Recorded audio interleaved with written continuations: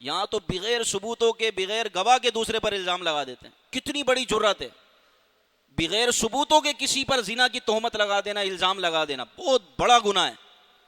اللہ سے ڈرنا چاہیے کہ کسی عورت پر تہمت لگا دی، وہ تو ایسی ہے، یہ تو ایسی ہے، یہ زنا کی تہمت ہے. اور اگر زنا کی تہمت ثابت نہ کر سکے تو اسلامی سزا ہے کہ تہمت لگانے والے پر 80 کوڑے سب کے سامنے لگیں گے. ایسے ہی تھوڑی کوئی کسی پر الزام لگا دے. معاذ اللہ ثم معاذ. جو ڈھونڈ کے لے کر آتے ہیں نا کوئی اب تو ویڈیو کا زمانہ ہے، ویڈیو لیک ہو جاتی ہیں. ویڈیو لیک کرنے میں مزہ آتا ہے، ویورشپ بنتی ہے، سبسکرائبر بڑھتے ہیں.